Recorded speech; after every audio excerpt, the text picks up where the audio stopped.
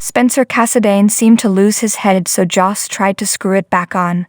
The General Hospital recap for August 3, 2023 features Josslyn trying to get Spencer to do the smart thing.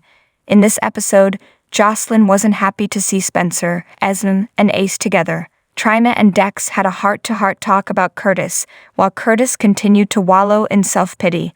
Molly and TJ met with the surrogate match representative, but Christina interrupted. Austin and Alva sparred in his office while Nettie and Olivia got along at home. Finally, Cody expressed his suspicions about Gladys. Now let's dig a little deeper into the details. Spencer, Nicholas Alexander Chavez, and Esme Avery Kristen Pohl took a trip to Kelly's with baby Ace, Jay, and Joey Clay, with Spencer surprised to see Josslyn Eden McCoy behind the counter. When Christina Kate Mancy walked in, she was thrilled to finally meet Ace and seemed happy to be able to play with the baby. When she was done cooing over Ace, Christina snarkily suggested that Josslyn could become a waitress at Charlie's. Josslyn quickly told her she'd rather stick needles in her eyes because she wouldn't go anywhere that sunny. Morris Bernard would go with Nina Cynthia Watros. Hearing that was Christina's cue to leave. When Esme wanted to know why Josslyn didn't seem to like Christina, Joss refused to answer, so Spencer explained that Christina was Team Sunny, which to Joss made her misguided. Esme told Spencer that at least Christina made her feel like a human being, so Spencer later told Josslyn he felt sorry for Esme not feeling that way much of the time. Joss very reasonably told Spinner that Esme may not remember what she did to her, Cam, William Lipton, and Trina Tabiana Ali, but Josslyn did.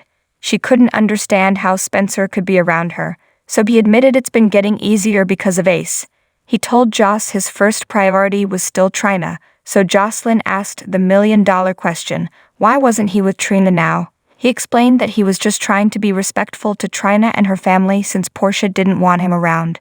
Joss logically suggested he just spend his time with Trina far from Portia.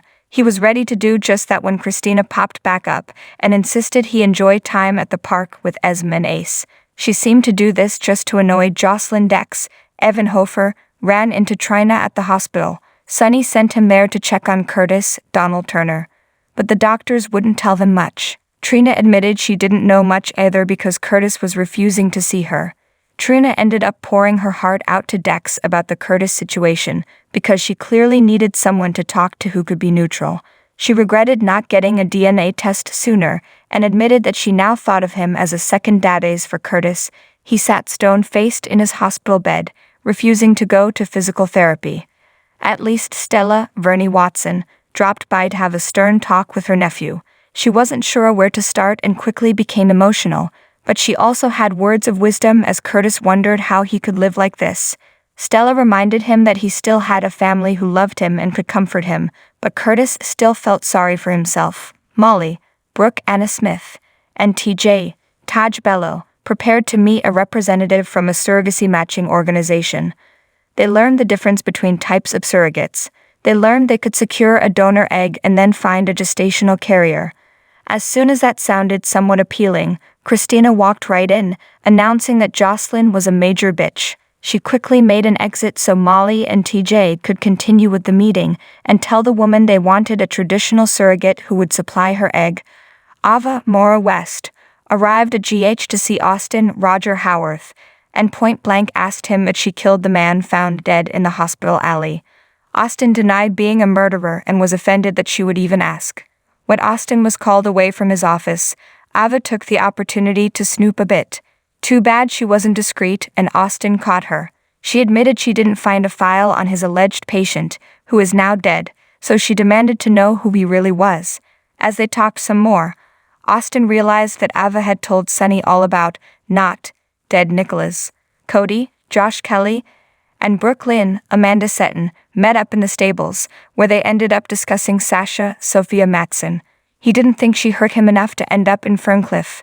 He insisted that Sasha's breakdown didn't make any sense, and he believed Sasha might have once again been on drugs. He even wondered if someone may have spiked her drink. He was sure that Gladys, Bonnie Burroughs, was behind everything happening to her. He insisted that Gladys could not be trusted, but Brooke Lynn refused to believe him. Olivia, Lisa Lo Cicero, and Nettie, Wally Kurth, tried their best to be nice to one another, but it didn't last long as Olivia made a dig at Nettie's all-night bar hopper habits. When the subject turned to Olivia's cooking, things got more peaceful between them because Nettie clearly liked her food. Nettie was even surprised to hear that Olivia was a wild child as a teenager, but she gave up her party life when she became pregnant. Port Charles has not been kind to poor Sasha. Granted, her arrival on General Hospital was based on a lie, as Valentin had hired her to pretend to be Nina's lost daughter, but at least it was a lie based out of love, and it didn't take long for it to wear on Sasha as she grew to love her fake mom. In the end, Nina was the only family she had after her grandmother died, and then in the years since, well, it's been virtually one tragedy after another. Things briefly looked up for a time when she was with Michael, but then he left her for Willow, who turned out to be Nina's real daughter. Sasha found love with Brando, but he was killed by the hook. And that was after they had to make the agonizing decision to take baby Liam off of his respirator.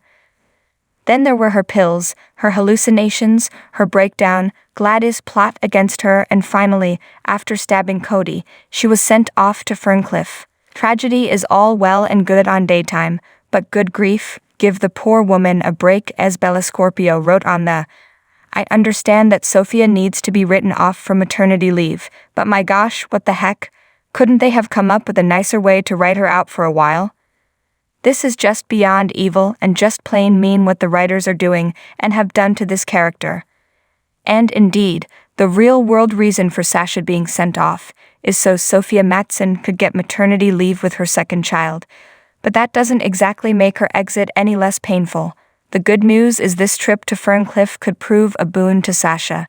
This is General Hospital's chance to get her real help and bring her back from the brink that Gladys has pushed her to. Matson can come back from maternity leave and give us a new, healthier, happier Sasha.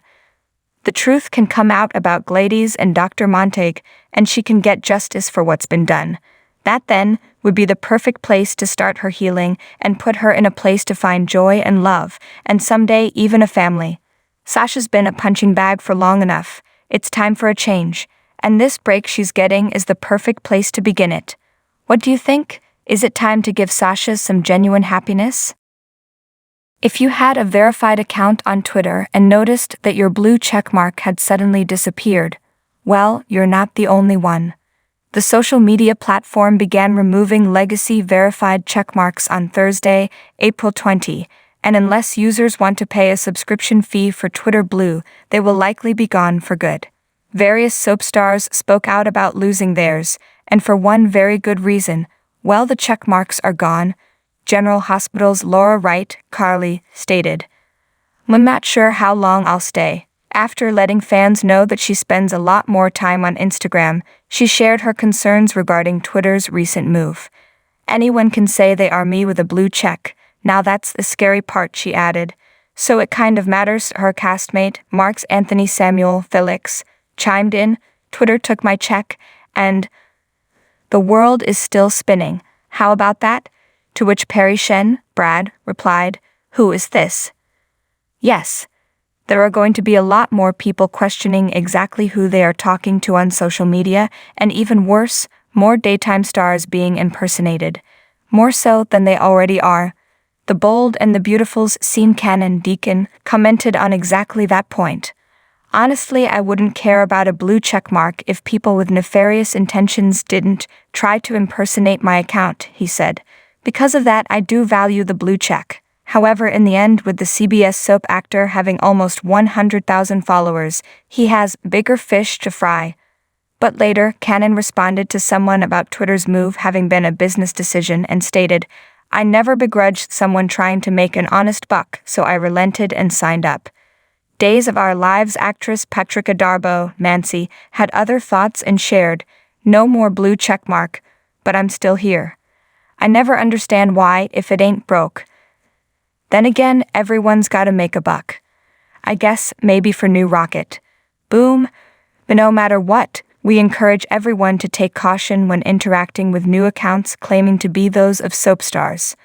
Or anyone for that matter, as these accounts have been known to post misleading information and prey on followers in the past.